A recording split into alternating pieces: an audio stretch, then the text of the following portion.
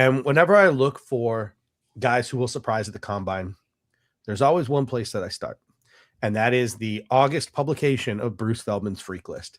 Every year, Bruce Feldman at The Athletic scours college football and looks for the biggest freaks in college football. It has become such a phenomenon now that teams are just sending Bruce Feldman, write-ups and cut-ups of their freaks in hopes that they'll make his list every year, his annual list of 100 players who are huge freaks. So let's look at the wide receivers that were on the 2025 edition of Bruce Feldman's Freak List. I'm going to start with Jeff Caldwell out of Cincinnati, a receiver I don't think many people have talked about here. 6'4", 208 pounds, 36.5-inch vertical. This is, off-season testing that he's done. 11.9 broad jump, which is elite if he were to recreate that at the combine. And a 1.5 10-yard split, which is pretty impressive for his size. So this is a massive lower body explosion guy, and he's a long, big-bodied receiver. So I think Jeff Caldwell is a name that after the combine, people could possibly be talking about. We just mentioned, that prototypical like X receiver, right? That bigger bodied guy. I don't know how interested I am in that type of guy. Well, if you're looking on day 3, a guy like Josh Cameron could be interesting. Plus he brings punt returner flex. He's one of the strongest receivers in college football with special teams explosiveness. 395-pound bench press for a wide receiver, which is pretty impressive from Josh Cameron out of Baylor. 528 squat, 319 power clean.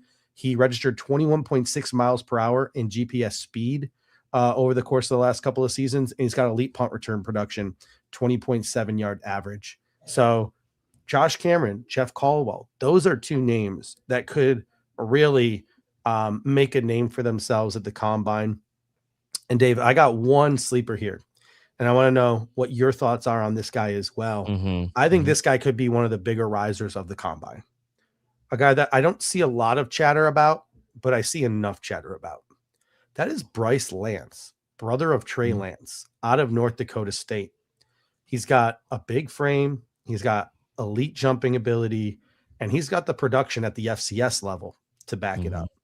6'3", 207 pounds, 40-inch vertical. That's nuts. 10-10 broad jump. Last season, 2025, he had 17 receiving touchdowns. Those numbers came back down to earth a little bit this season.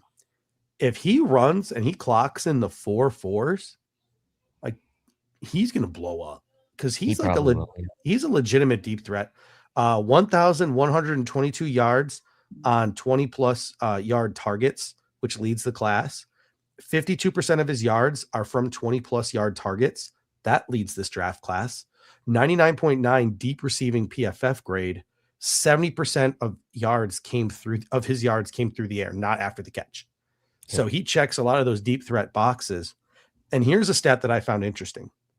The only FCS prospects since 2019 with the following production numbers in at least one college season: a contested catch rate above 50%, passer rating when targeted above 140, drop rate below 4%, touchdown rate over 20%. 2 FCS players have done that since 2019. Bryce Lance and Jalen Coker, who we've seen had a lot of success in Carolina. So I think Bryce Lance is a name, and Mel Kiper, people are talking about, loves him. Yeah. He's a name. Bryce, day 2 guy, probably. I think he could be. I mean, his ADOT's over 15, which put him top 10 in the class. You mentioned the yards coming down the field, 21.2 yards per reception, put him tops in the class for if you ignore sort of minimum target, sort of minimum target type thresholds, but over 1,000 yards on 51 catches, right? So it was kind of like an Alec Pierce style season for him, if you think about it that way, who had over 1,000 yards in the NFL and only 47 catches.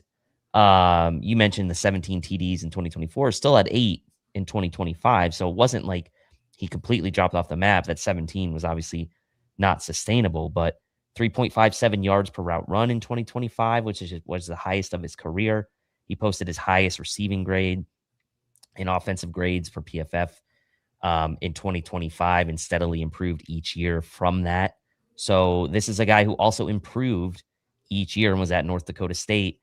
Didn't really get to play until 2024, played very little in 2023, but really only played 2 seasons. And then you look at some of his contested catch numbers, 8 out of 12 contested catches on 12, 8 contested catches on 12 contested catch targets in 2025, and 16 contested catches on 26 contested catch targets in 2024. So those are really good percentages when you talk about like contested catch percentage numbers. You're talking about like the top guys in the class are in the 70% range for guys that have had Mhm. at least 50 to 60 targets. So some of the advanced numbers on him do look pretty good. And then just getting back to Cameron, really quick, because I know you mentioned him, Yeah. only 1 drop in 2025 on over 100 targets. So the Mhm. hands for him, something I've And noted he's a as he's a big well. yak guy too. Right? So Yes. a lot of people talk about him like they talk about Khalil Shakir. You get the ball in his hands and he becomes like a running back. So he does Mhm. that at a much more souped up size from a Khalil Shakir as well. So again, I wasn't all too impressed with Cameron, but round Yeah. 5 to 7, go for it. Like pull that trigger. Like take that flyer, throw that dart. If he's like a third round pick, it's like, but like even fourth round, but fifth through seventh, cool, awesome. Yeah. Like Yeah. look forward to seeing what he's got. And Yes. that's kind of what this I think this draft class represents to me. Another guy who could make a name for himself. He's a guy who's dealt with some injuries. Chris Hilton Jr. All the LSU receivers, whether it's Chris Hilton Jr., Aaron Anderson, Barry Brown, Xavier Thomas. I'm gonna have my eye on all the LSU receivers because it's LSU, it's receiver U outside of Ohio State, right? Like they just these guys have all underwhelmed, but it's been kind of underwhelming at LSU the last couple of years in terms of quarterback play. I wouldn't be surprised if one of these 4 guys, Chris Hilton Jr., Aaron Anderson, Barry Brown, or Xavier Thomas, broke out and had a pretty decent pro career. For Yep. Hilton Jr., true track speed burner with verified top end speed metrics, 23.7 miles per hour on the GPS at LSU. That's an all time record for them.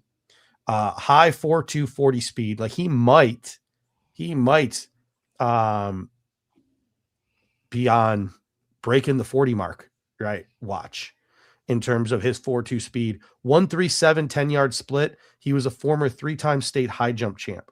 So Chris Hilton Jr., he could blow up the combine. Somebody mentioned, is there a Deshaun Jackson in this class?